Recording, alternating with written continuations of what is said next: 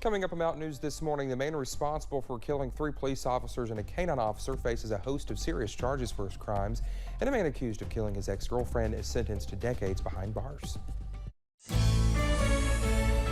Dedicated to Eastern and Southern Kentucky, this is WYMT Mountain News this morning.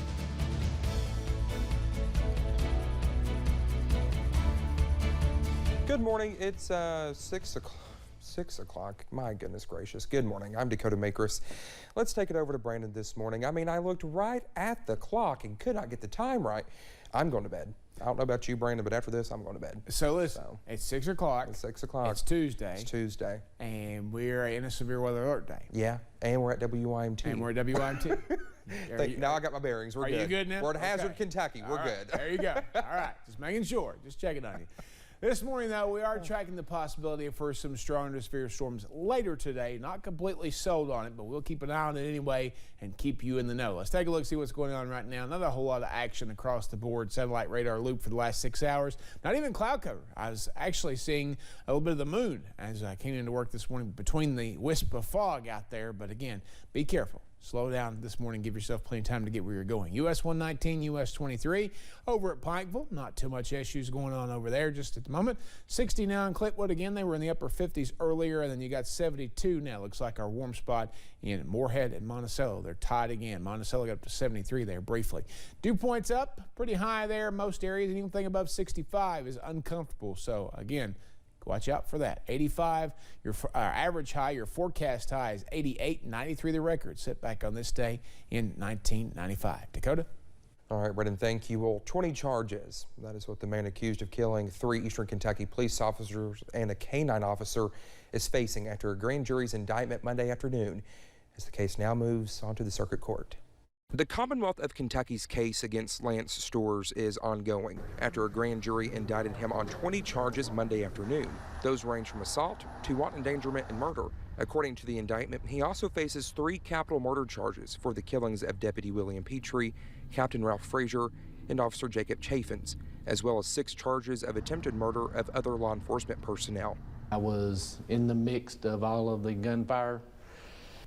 And, I saw a lot of people who were, trying to help others. Saw a lot of people who were simply trying not to be shot, including myself. Storrs did not show up for his preliminary hearing. This is because once the grand jury released its indictment, there was no longer a need for a hearing. The case is now in the hands of the circuit court. We've handled several capital cases, and I've tried 2 to a verdict, actually. That was Floyd County Commonwealth's attorney Brent Turner. He was asked if the death penalty was on the table. He says a case must meet certain criteria. Some of those include more than one victim, which you would, at least potentially have here, and also death of a police officer. The impact, not just on 3 people that he murdered, and make no doubt, there's no question about his guilt. He has admitted his guilt. There's no question about that. The Commonwealth's attorney says the case is eligible for consideration to seek the death penalty. He adds his office is considering it. And make a decision based on the evidence and the discussions with the family. We're not going to just rush out and make a decision on that any different than we would in any other case, even though I understand the public sentiment. An initial appearance with Storrs and his attorney will be held this morning at 10:30 in circuit court. Well, a Scott County man will spend the next 45 years in prison for killing his ex-girlfriend. A judge handed down the sentence to Joseph Hicks Monday morning. Hicks pleaded guilty to killing Sheena Baxter last month. She died in February 2020. Hicks hid her body in a storage unit in Madison County. Police found her body several days after she was reported missing. Prosecutors say this was particularly a disturbing crime. All murder is horrific. This one was particularly horrific. He abused her body when it was over. It was things that no family should have to think about or hear about. The sentence was 25 years for murder and 20 years for robbery. He'd also been charged with tampering with physical evidence and possession of a handgun by a convicted felon. Well, the Boyd County Sheriff's Office says a Net Care ambulance rolled in a single car crash along US 23 near the Lawrence County line early Saturday morning. Around 2 a.m. Saturday, Patrick Todd Gerald was behind the wheel when the crash happened while a patient and caregiver were riding in the back. However, no one got hurt. The citation says Gerald told deputies he took several sleeping pills about 4 hours before being dispatched to take a transport run. The documents also say he tried to refuse taking the transport call because he didn't believe he should be driving. But he says he was told by a dispatcher that he had to. Dalton's Law, or House Bill 215, is going to take effect on Thursday here in Kentucky. It will require people convicted of trafficking fentanyl to serve harsher sentences. And Julia Sandor has more on the effects the bill could have. Fentanyl is the leading cause of overdose deaths in Kentucky. Kentucky's Office of Drug Control Policy filed a report last month showing that more than 2,200 Kentuckians died from an overdose just last year. Jonathan Gay with Addiction Recovery Care says that the drug is a big danger to not only the state, but the whole country. All we know for certain is that people, completely innocent people who don't even want to take fentanyl are accidentally taking fentanyl and dying from it. He says he's seen an increase of patients entering recovery centers with a fentanyl addiction. Now, Dalton's Law will require people convicted of trafficking fentanyl to serve at least 85% of their sentence. And Gay hopes that this will deter people from selling these harmful drugs. Dalton's Law is aimed at traffickers and importers. It's not aimed at the everyday user. So these are people who set out to intentionally bring this poison into Kentucky and then to traffic it. Fentanyl was involved in over 70% of overdose deaths in Kentucky. He says this law is a step forward, but it's important to get treatment before an addiction gets too far. To me, the key is getting people early treatment. Unfortunately, we have a system in Kentucky and in America where we allow people to use drugs for quite a while until we step in and say that you've gone too far. And unfortunately, for the man and woman on the street who are starting down that path, it's not easy to stop. That was Julia Sandor reporting. Dalton's Law will also make importing fentanyl or fentanyl derivatives a Class C felony. It will also make offenders ineligible for pretrial diversion programs in those cases. Kentucky's record-breaking economic momentum continues. Yesterday, Governor Andy Beshear announced the state's fiscal year 2022 general fund receipts grew at the highest rate in more than 30 years. Officials reported a more than 14% growth during the last year. The general fund receipts totaled nearly $15 billion.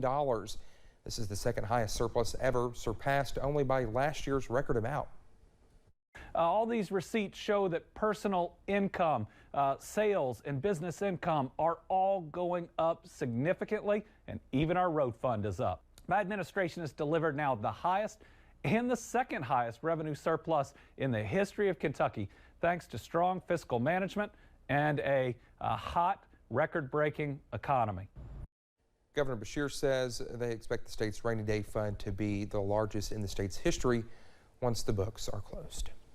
Despite the economic growth, nearly 2 years after receiving government assistance through an unemployment insurance fund, one woman is being told she has to pay it all back. Kelsey Soto has more on the ongoing issue with the state unemployment system that are continuing to plague Kentuckians. Wish I had never bothered with it, sucked it up, let my gas bill go, my water bill go, electric bill go, whatever, and get behind on everything, rather than have to deal with this. Mitzi Carroll, like so many others, was furloughed from her part-time job during the pandemic. For the first time in her life, she filed for unemployment and pandemic relief benefits. I feel like I'm being scammed. I feel like that I don't have a voice to say, I need your help, because I've tried.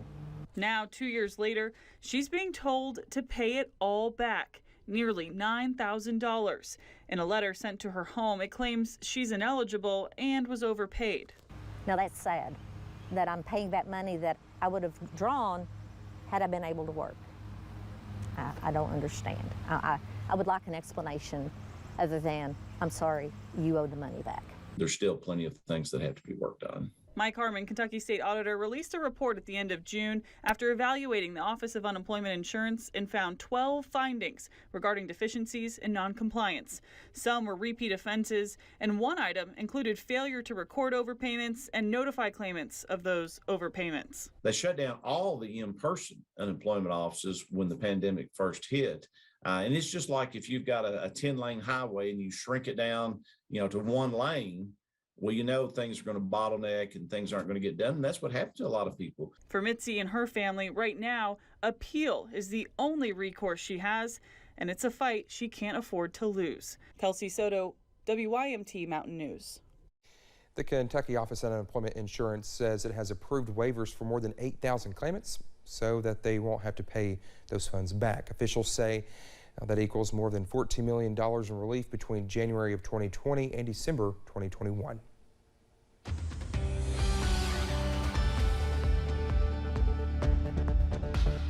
.610 here on this Tuesday morning. We continue to track maybe a little bit of fog for the most part. I think we're clear skies this morning. It's going over to US 119, US 23 at Jenkins Mountain. Pretty quiet over there. Saw a tanker truck go by earlier and not a whole lot of traffic out there this morning. Again, be careful if you're traveling toward Everett's. Highway 38, there's a line down over there. We're not sure if it's a power line or a communications line or what, but it's got traffic partially blocked. So just be aware of that on Highway 38 near Everett's this morning. Temperatures in the 60s and 70s, 60 in Clintwood, 72 in Moorhead and Monticello this morning. So just continue to be careful out there. 88 this afternoon before the storms hit. Some of those storms could pack a punch. We're in a severe weather alert day for that.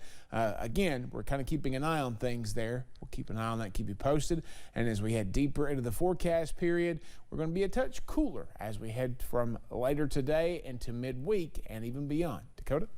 All right, Brennan, thank you so much. At 6:11, when we come back here on Mountain News this morning, the Biden administration passes a significant piece of legislation aimed at promoting gun safety. Stay with us. More news is on the way.